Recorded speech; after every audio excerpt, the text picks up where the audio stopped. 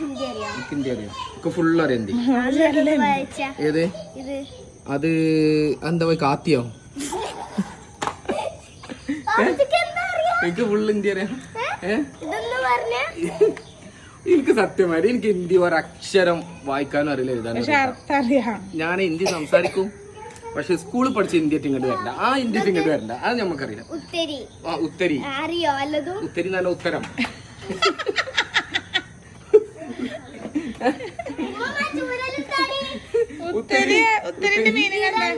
ഇറങ്ങി അത് എന്താണ് ഉത്താർദോ അങ്ങനെ അത് ഹിന്ദി. ഓക്കെ ഉത്തരി ഇറങ്ങി. പിന്നെ നീരാളി മറ്റേ നീരാളിയോ വള്ളത്തിലുള്ള. പിന്നെന്താണ് ഉത്തരി അത് ഉത്തരീന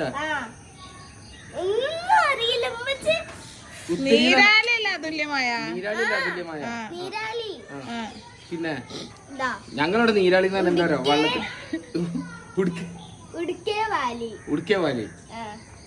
കുടുക്കയില് കുടുങ്ങിയെന്നാ വായിച്ചണ്ട. എനിക്ക് വായിക്കണേ, എനിക്ക് ഹിന്ദി അറിയില്ല, ഉള്ളത് പറയല്ലോ. നമ്മൾ ഹിന്ദി പഠിച്ചു. ഞാൻ എനിക്ക് കൊറേ മുന്നട്ടാ വാപ്പച്ചമ്മച്ച കൂടി ഒരു ഫിലിം ഉണ്ട്.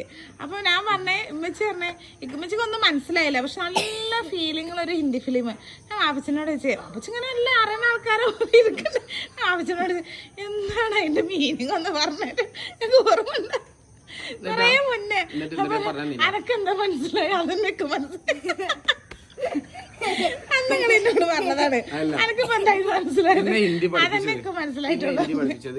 ഇംഗ്ലീഷ് പഠിപ്പിച്ച രശ്മി ടീച്ചറാണ്. രശ്മി ടീച്ചറെ ഭയങ്കര ഇഷ്ടമായിരുന്നു, അതുകൊണ്ട് ഞാൻ ഇംഗ്ലീഷ് പഠിച്ചു.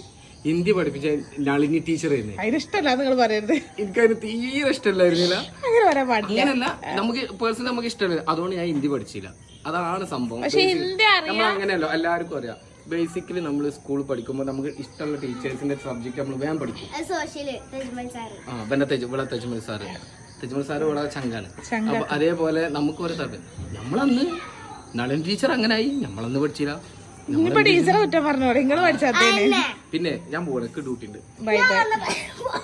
ഞാൻ വന്നപ്പോ ഞാൻ എത്ര നേരം വന്നിട്ട് വന്നല്ല, ഞാൻ ഡ്യൂട്ടി കഴിഞ്ഞ് വന്നതാ.